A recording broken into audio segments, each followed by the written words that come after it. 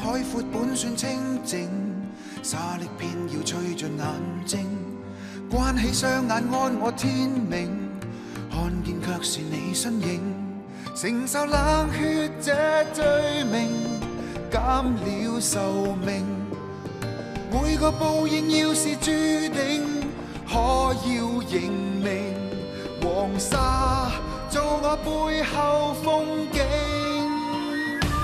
曾披起風沙，笑看每個在地上爬，我的腳下從一生虛假放半剎那，瀟瀟灑灑抱緊我吧，疾呼吧，飛吧，火無風沙。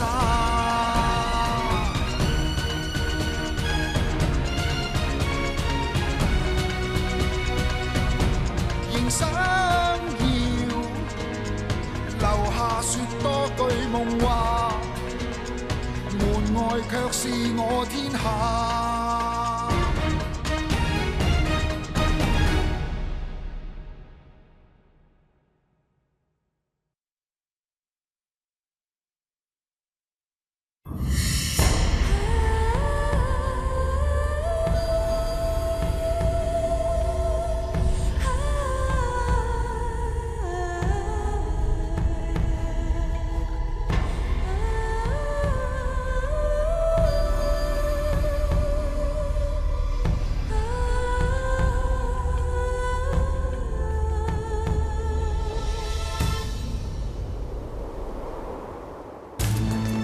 清明抽清楚啲啊！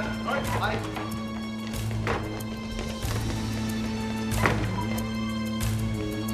你哋嚟做咩啊？聽講最近而家報嚟咗好多登徒浪子，咁我驚會騷擾到你啊！喂，帶佢哋嚟睇下究竟係咪有件咁嘅事啊？手得罪晒長王奶奶。你五叔公，一個人影都冇啊！啊！多謝五叔你哋費神關心，但所謂嘅登徒浪子，又點會睇得上我呢一種苦命人啊？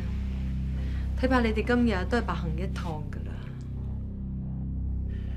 既然係一場誤會，我哋都唔打攪啦嚇。走。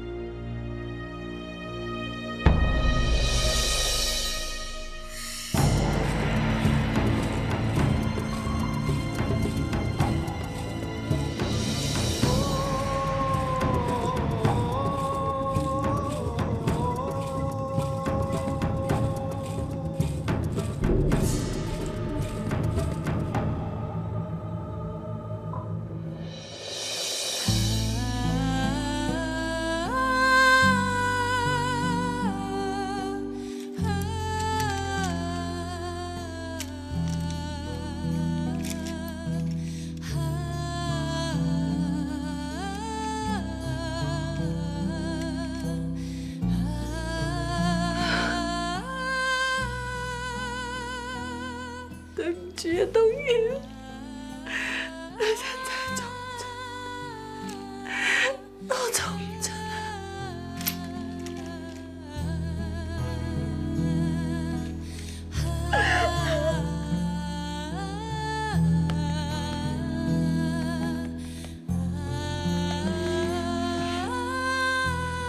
老闆，飲咗解酒茶都應該醒㗎啦，天都就快光。唔好意思啊，打攪晒。咁我告辭啦。唔使。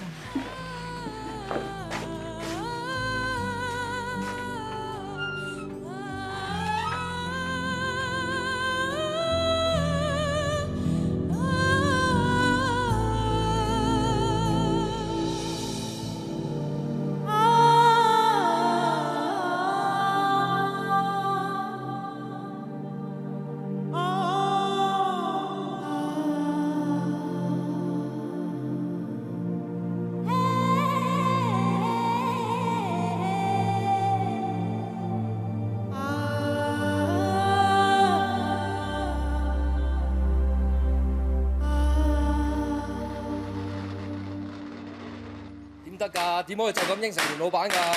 唔係咁可以點啊？唔通你要我第一年做當家，做到冇錢過手啊？冇錢派嘢，大家屌晒假工，你先舒服啊？唔知係咪今朝我哋上門捉奸嗰陣時，俾阿嚴老闆知道咗，驚我哋惹事先出面嘅啫。五叔公你又係嘅，都唔知喺邊度收埋啲匿名消息，而家中過空保啦，佢哋仲唔話我惹是生非、亂起火頭啊？你放心啦，今次究竟係咪我哋自己人報錯數，抑或另外呢有啲別個用心嘅人借住我哋呢行嗰啲苦肉計？不過點都好，點樣都我都唔會絕對容許張房佢將嗰啲田產交俾趙玉一個女人手上揸住咁便宜嘅。而家嚴老闆信晒寡母婆啦，幫到出面添啦，你仲講？我唔信佢成世做老闆。萬希，當初你肯我代替你商議，我就有責任話俾你聽，外面而家啲人點樣講你。單憑佢哋把口，要有資格令到我在乎。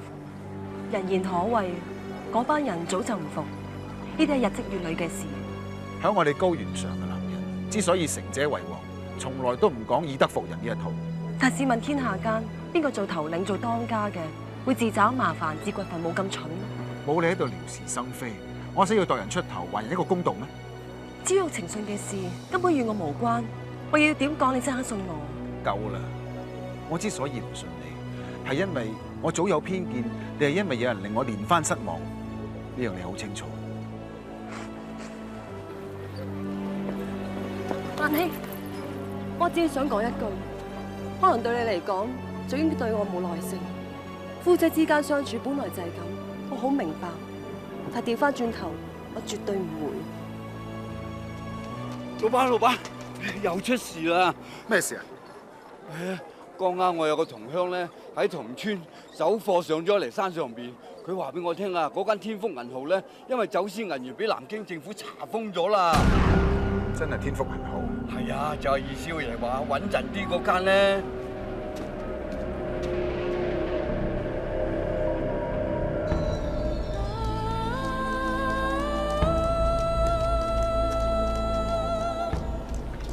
再落去就係到頭。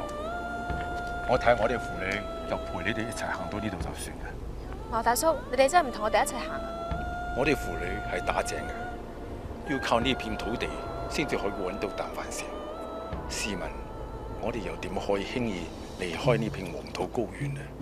馬大叔，我知道你冇咁輕易再翻上山嘅，但如果有緣嘅話，我想知道山上邊一度可以再揾到你啊？你都話有緣嘅話，咁我哋一定會再見面嘅。行啦，到頭嗰船唔多，無謂浪費時間啦。小琴，保重啊！保重啊！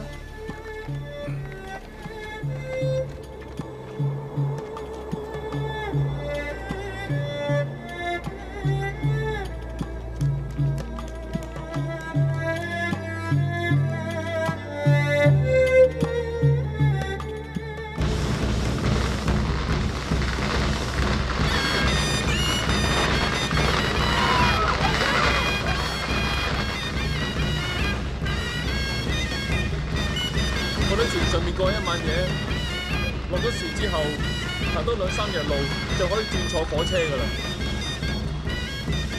我哋唔去西安，一直去東行，直至去到見到海嘅地方。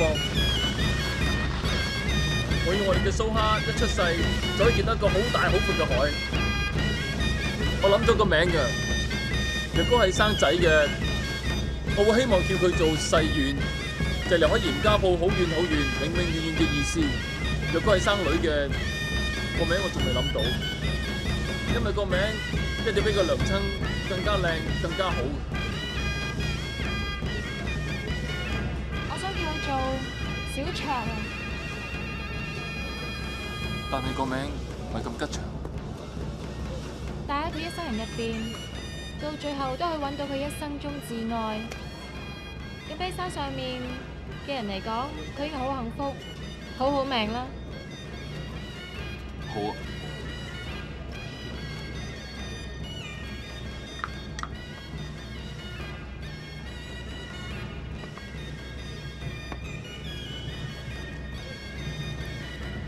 你真係冇後悔話我所做嘅呢啲所有決定？我真係後悔，我講過好多大話呃你。我同我自己講過嘅，從今日開始，我唔會再呃你任何嘢，淨可以你呃我。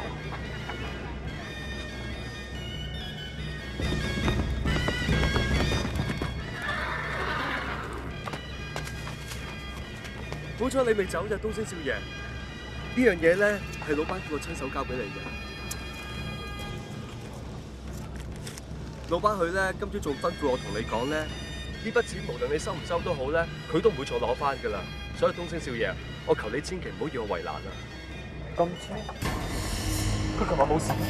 尋晚老闆佢好地地，尋晚會有啲咩事啊？完到啦，上得船啦！咁兩位保重啦，我走先。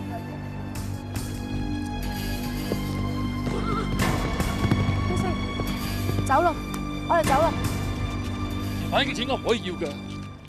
春芬，去上陽等我啊，我跟住就嚟㗎啦。你唔可以再上山㗎。多唔多兩日啫，你聽話，你等我。如果你唔要啲錢，抌咗佢落海咯。我哋當面同葉文講清楚㗎。你講過你話唔會再呃我㗎，點解你而家要同我講大話？你應承過同我離開嚴家鋪，同我落山㗎。咁就算婆婆同埋嚴老闆冇發生任何事，同你有咩關係啊？點解你到而家都放唔開？你點知？你幾時知？我求下你啦，走啦！係知我話你聽㗎，係咪叫你咁做㗎？係我自己要咁做㗎，我唔想你再害人啊！我唔想名捧手果，更加唔想婆婆去送死。人係唔應該咁易死㗎，你唔可以將人命睇到咁淺薄、咁兒戲㗎。係你一個人嘅主意。東升啊，我求下你啦！我哋已經行咗咁多步，行到嚟呢一度啦。點解你唔可以當呃自己一次，當呢個仇已經報咗，同我一齊走，又咁遠去咁遠，永永遠遠啊，好唔好啊？呃我嗰個唔係我自己啊，係你啊！我想東升，你一世就識累人累物，罪孽深重。好似我呢種人，邊可能有仔生嘅？東升，東升！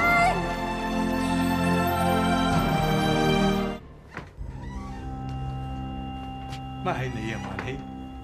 工場今日咁早收工？有啲事，萬希怕自己搞錯，想嚟同阿爹你問個清楚啫。咁啱，過嚟坐低先。我哋一邊捉棋一邊講。橫掂我哋兩父子都好耐未一齊捉棋。係咩？我以為阿爹你由上山嗰日開始已經部署好，同我捉翻局添。咁即係話銀號倒閉嗰件事，你早就已經知道咗。明鳳講得啱，我唔應該再俾你翻上嚴家鋪。咁又唔好講得自己太有孝心。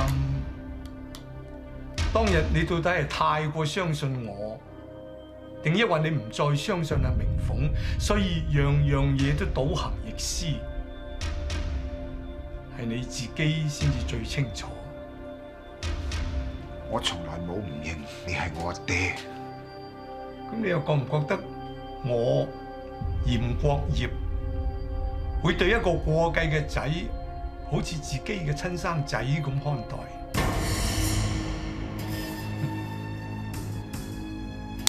係講到尾咧，我只係想求一個人同我戴孝送終嘅啫。不過到咗而家呢個時候，嗰個人係唔係你根本都唔緊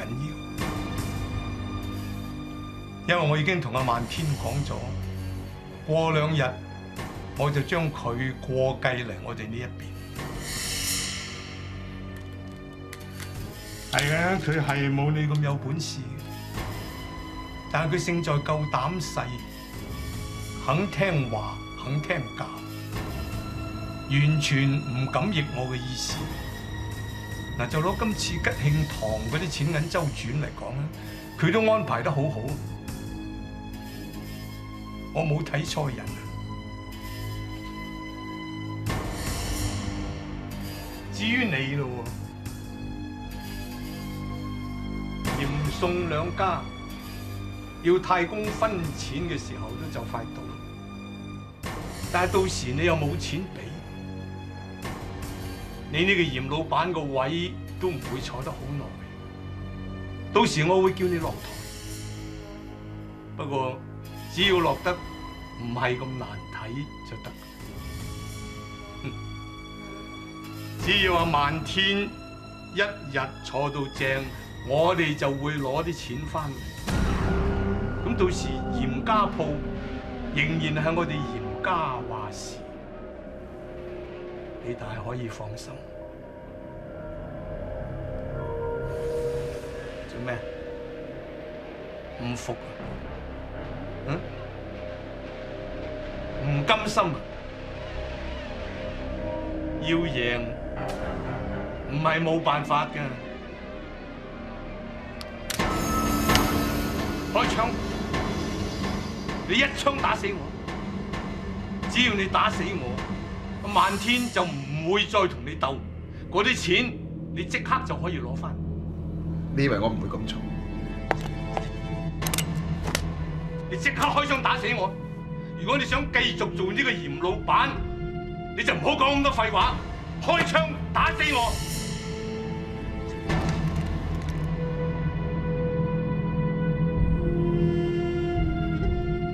果然係一個冇本事嘅人，枉我教咗你20年，嘥咗我20年。你哋嘅嚴老闆，俾嗰啲女人搞到你不知所謂。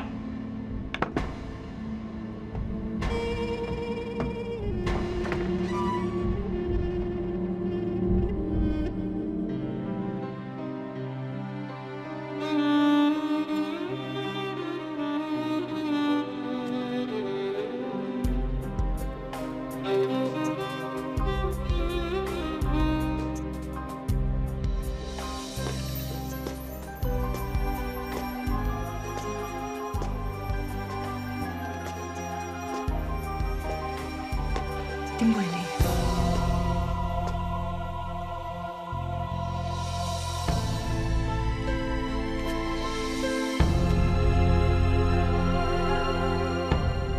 你唔係應該已經同春芬搭船離開咗啦咩？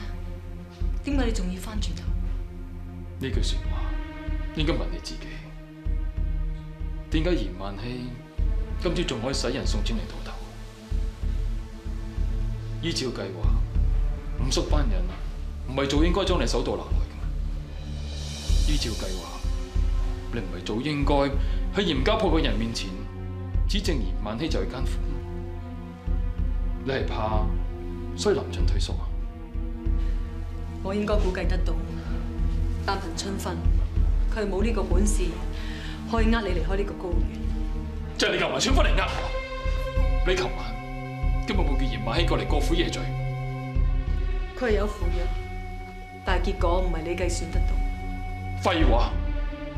就算佢正人君子，坐懷不亂，我用我早就交咗俾你。以長房奶奶嘅本事，佢點可能唔中計啊？係，我有呢個本事，若佢有人，人亦有魂。但去到最後關頭，我都放咗佢走。講到尾，你根本就係怕死。乜你唔記得咗啦？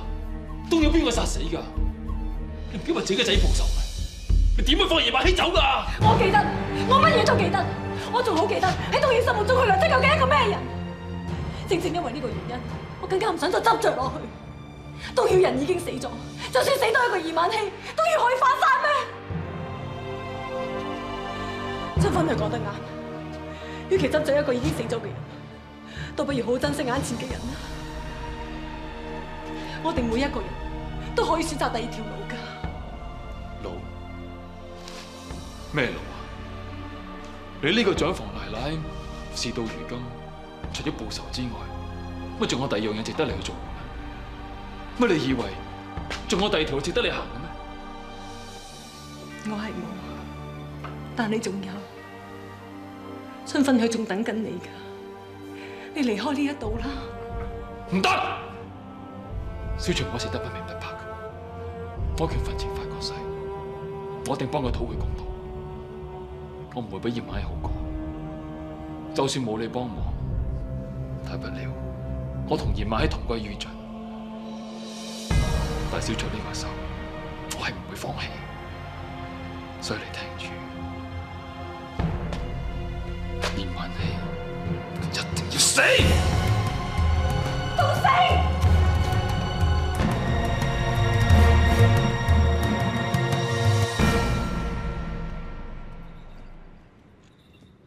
阿爹啊，天都黑齊咯，我哋又唔係趕住去邊，不如求其揾笪地方掘坑紮營，聽朝就行過啦。阿爹唔係唔想俾你休息，一路上你都見到嗰啲蛇蟲鼠蟻全部出晒嚟，點紮營啊？我都覺得奇怪啊，往時呢度都唔係咁樣嘅。辛苦一陣間，過咗斬馬口就冇事噶啦，啊！點解阿爹你會知道過咗斬馬口就冇事啊？行啦，爹，好似係春分㗎。爹，春分，點解會燒成咁樣㗎？佢明明攞豆頭㗎，都算大個啦。春分，佢係俾棘之咬嗰度㗎。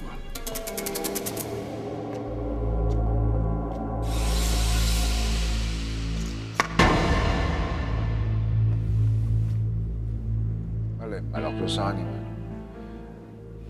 唔係你專登翻嚟趁熱鬧啊？可能春分商量過，老闆送嘅禮實在太重，我哋受唔起。你笑咩？我笑我自己點解咁蠢，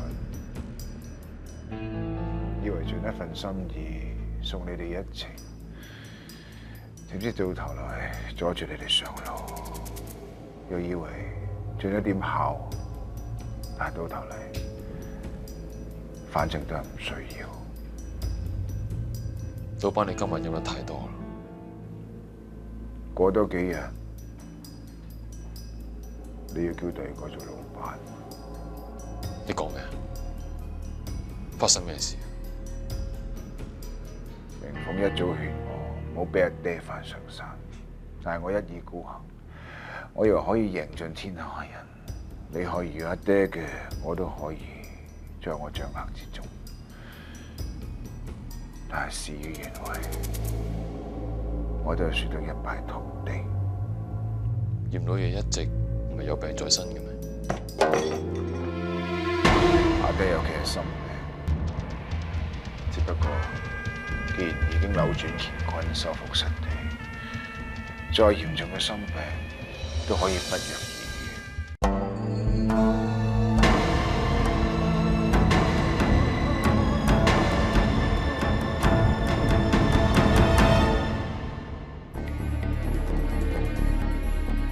一個人都嚟飲酒，有咩意思啫？點解唔同葉少奶奶商量下？話唔定可能幫到你咧。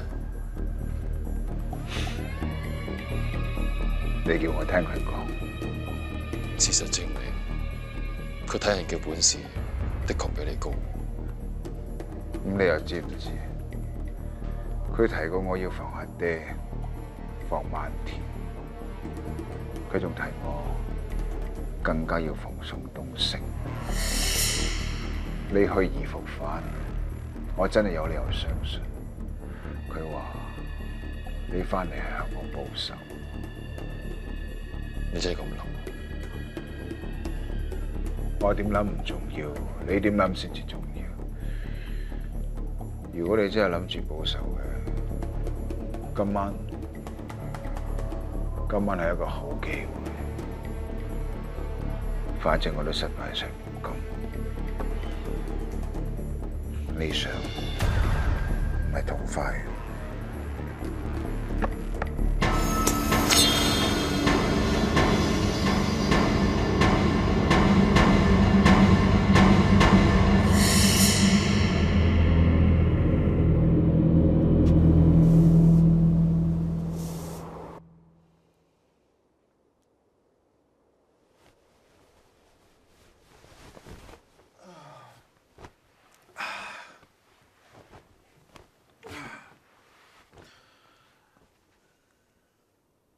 陳君，陳君，老闆早晨，你醒啦？尋晚係邊個送我翻嚟？係東升少爺扶你翻嚟㗎。宋東升，嗰頭有條書，呢頭連個奸夫都出埋嚟，真係精彩。呢個宋利貴一朝早打鑼打鼓叫所有人出嚟做見證喎，睇怕佢都冇咁嘅本事無中生有啩。陳坤啊，二少爺咧翻到工場。今朝早宋叔就揾人嚟叫二少爺，佢話族中有要事要宣佈喎。有要事？其實整件事件喺早幾日已經有所蹊蹺，不過因為我哋打草驚蛇，所以先捉唔到呢個奸夫。今次呢個奸夫以為我哋疏於防範，先至夠膽再次喺長房嘅大門出沒。雖然我哋今次捉佢唔到，又俾佢走咗，不過細迷一早已經認出佢背影，同埋執到佢一隻鞋。我相信冇幾耐一定可以捉到佢嘅。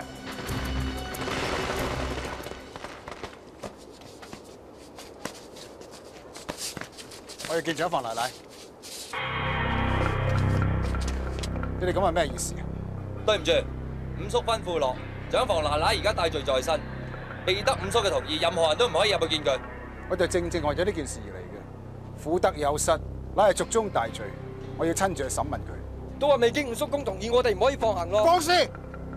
我嚴老闆做事，使任何人同意嘅咩？五叔公，五叔公，五叔公，如果嚴老闆唔同意咧？宋叔係咩意思啊？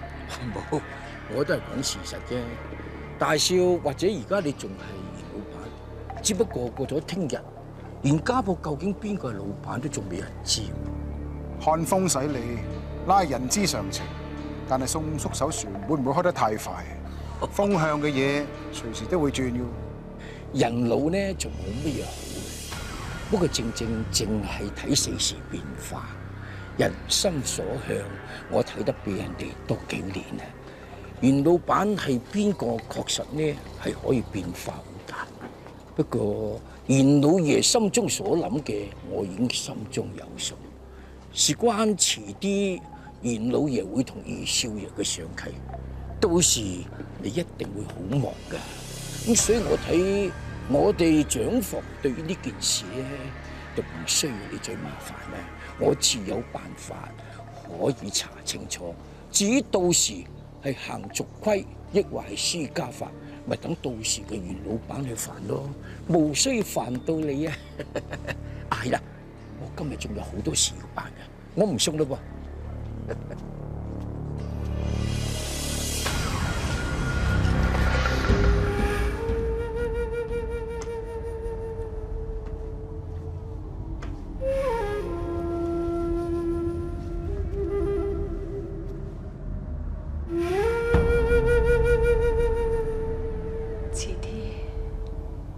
五叔就會送娘親落嚟，到時有娘親陪東曉玩，東曉就唔會再一個人孤零零咁寂寞啦。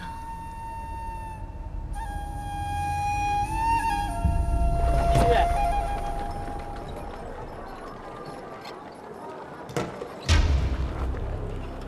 大哥，你有事揾我？我剛剛點完貨，正想返工場。如果有說話嘅，返嚟先再講。唔使咁麻煩。所有嘅說話喺度講一樣。大哥，今次唔同往日。以往就算你講過啲乜嘢，做過啲乜嘢，大家係唔認同嘅，都唔會喺背後多講說話。但係而家你何非人前人後，出盡洋相，等大家茶餘飯後有個話柄。我同你要講嘅係我哋兩兄弟之間嘅事。以前佢哋管唔着，依家亦都係一樣。我知道上契嘅事令到你好唔高興。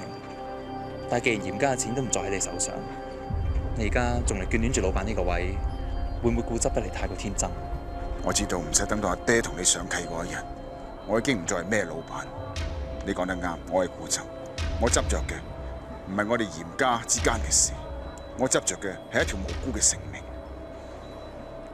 咁大義凜然嘅說話，一啲都唔似大哥你以往嘅作風。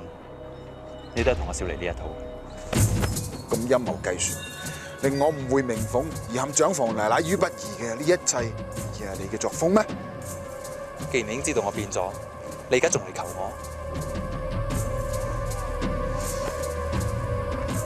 為你係嚴老闆，除咗你，我冇第二個可以求。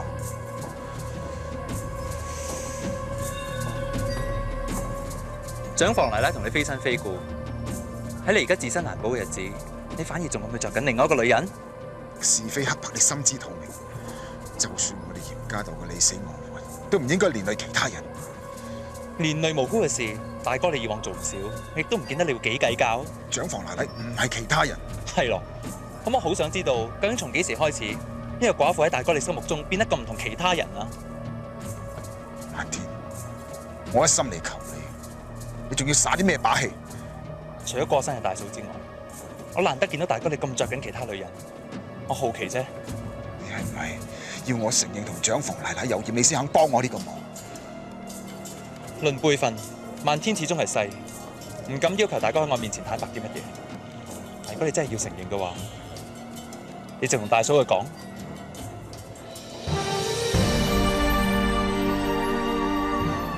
明鳳，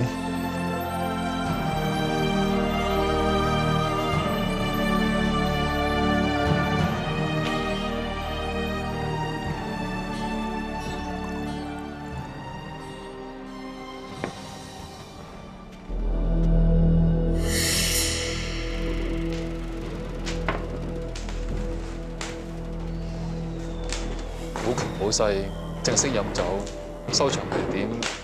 我東陽身上見得好清楚。你一個話東陽比我幸福得多，至少佢識得醉，而我飲咗成日都未有咁嘅福氣。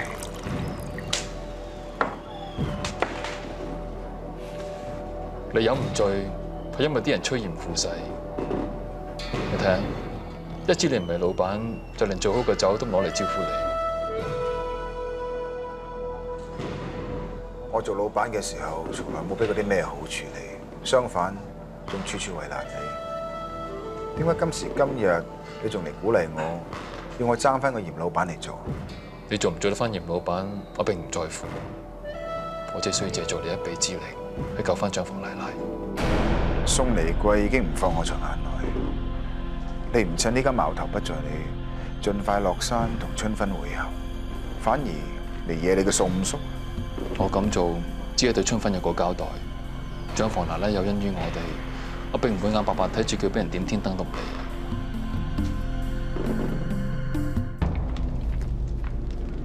佢都瞓咗一日一夜㗎啦，點解仲有燒嘅？放心啦，個傷口已經消咗腫，先係老天爺保佑。盡量捱啲苦，在所難免嘅。但係佢唔醒，我係點問到東升大哥究竟發生咩事啊？就算再發生咩事都好，都已經唔再當我哋勸你噶啦。我係點可以唔理嘅啫？佢哋明明攞到頭㗎，春芬分明就係想翻上山嘅時候，至會喺路上邊出事。佢哋係遇到馬賊，係遇到仇家，東升大哥係生係死，我係總要知㗎。春芬啊，你幾辛苦都醒下先啊，春芬！你俾佢休息下啦。東升大哥喺邊啊？你話我知啊，春芬啊！小琴，我發現家暴，我發現家暴。小琴，就算俾你翻到上山，揾到東升又可以點啊？我可以鬧醒呢個蠢材啊！我要問佢點解咁辛苦先可以同春芬一齊，都仲要翻轉頭咁蠢啊！嚴家鋪已經唔係人住嘅地方，邊個我都唔會俾佢翻上山。我要問清楚佢，點解要呃春芬？點解要呃我哋啊？就算係，你都要等阿爹去揾佢。你依家應該幫我一手，快啲帶春芬離開呢個山頭，過咗斬馬口再講。嗰個蠢材根本就唔會理阿爹你。你勸佢嘅說話，佢幾時有聽過半句啊？東升連春芬都可以由得唔理，俾你翻到上山，你又可以點啊？當初佢就係聽咗我講嗰個大話，點會咁真言賣氣啊！我而家要上去話清楚俾佢聽成件事啊！大話？咩大話？家姐生前根本就冇同我講過話，俾啲咩姓嚴嘅長輩欺負過啊！我當初咁講，係我怕冇人幫家姐報仇啊！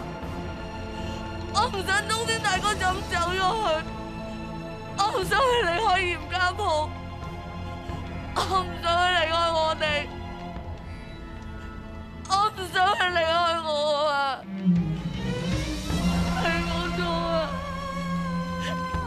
真係冇其他辦法留住一個男人啊！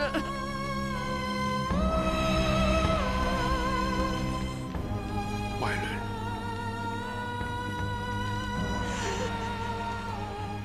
東升大哥唔會捨得丟低春芬唔理噶，佢今次咁做係因為佢唔諗住要有命再翻嚟啊！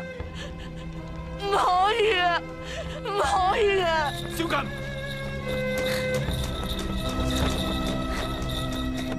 我咁做只係對春芬有個交代。長房奶奶有恩於我哋，我並唔會眼白白睇住佢俾人點天燈都唔理。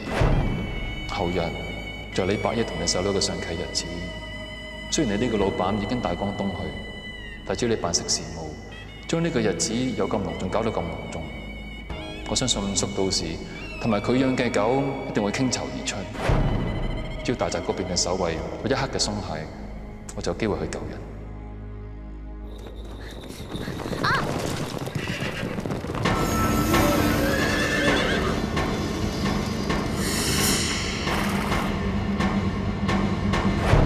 東曉嘅死，曹軍長釋放外嚟嘅事，我知着都令你覺得虧欠咗長房奶奶。而家你只需引開鎮上嘅人，同埋喺求知石嗰邊準備馬匹同埋糧水，我就自不然可以帶你想救嘅人走。計劃就係咁簡單。大哥，我認得呢個女人係山上面嘅人。咁急，想翻上山？各位大爺，我唔係姓嚴都唔係姓宋噶，我翻上山淨係想救一個人噶咋。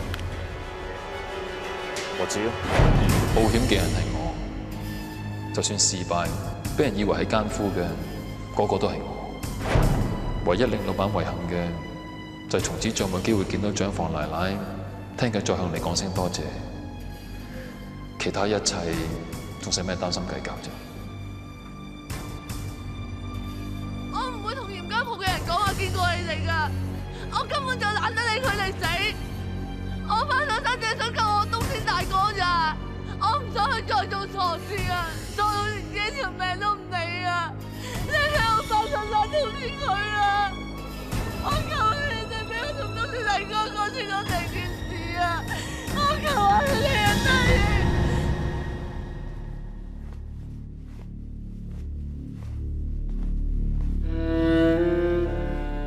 你無需要白費心機。大哥嘅老闆呢個位要退落嚟，已經係改變唔到嘅事實。你再求我都冇用噶啦。我知，但係朝日嘅事，你總可以幫我一把。呢嚟係為咗同呢個女人求情。係。你願意咩？定還是我應該問一句？你救得呢個朝玉，還佢一個清清白白，等佢有機會同大哥再糾纏落去，你唔介意咩？我介意。咁既然介意，你做乜仲要走嚟同大哥同聲同氣，去向呢個女人求情啊？呢個女人一人除去，佢只會搶走你丈夫嘅咋，你知唔知啊？我知，但身為萬禧嘅妻子，得唔到丈夫嘅關懷係我福報。你為丈夫所有而憂，亦都係我嘅責任。日後，正如你所講，就算事情真係會發生，亦都係我哋兩夫妻之間嘅事，無損你同老爺嘅利益啊！反正都係舉手之勞啫，你何樂而不為呢？再講，朝玉都只不過係一介女流，你連同過基叔送嚟過咁多大男人嚟欺負佢，你唔覺得好過分嘅咩？我過分？咁一直以嚟，大哥佢要你受咁多委屈，咁佢又唔過分咩？都講過，呢啲只係我哋夫妻之間嘅事，你唔使同我哋憂心。我唔單止為你憂心，我仲為你痛心啊！你明唔明啊？應該放手嘅你自己啊！點解呢個時候你仲要裝模作樣啫？當初你只不過係被逼隔雞隨雞啫嘛！你心裏面嗰個根本就唔係我大哥。放手啊！我真係唔明噶，大哥對得你咁差，你當初激佢都得可以，你今日仲要對佢死心塌地，點解啊？我嘅事唔需要你理，我對邊個死心塌地都唔需要你管。我嘅名福根本就係呢種人。我唔係你名福，我係大嫂啊！你係咪我大嫂？我而家係嚴老闆，喺嚴家鋪上面，我要邊個做我女人都得。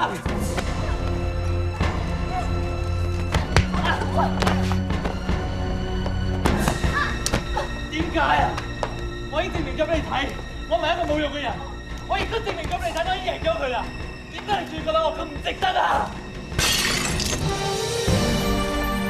你做咩啊你驚啲乜嘢？你而家驚邊一個啊？我而家已經係嚴老闆啊！你仲使唔使怕大哥啊？我唔係怕佢，我愛佢啊！你講大話！係啊，呃自己都係你啊！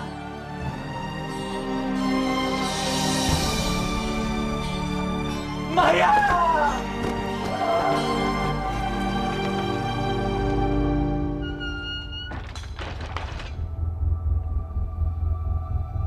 一個女人諗住可以同個男人鬥個旗鼓相當，原來一切都係我好天真嘅諗法。姑奶奶，既然你睇住間屋，對住呢種人咁多年，我唔可以唔承認你嘅辦法先至係最好嘅辦法。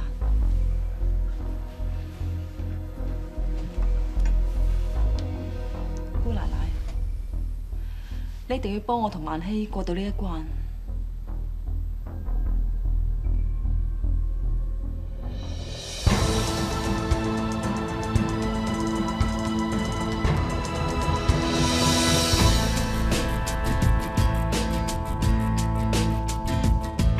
黃沙中都有曾做過的夢，黃土埋着弱勢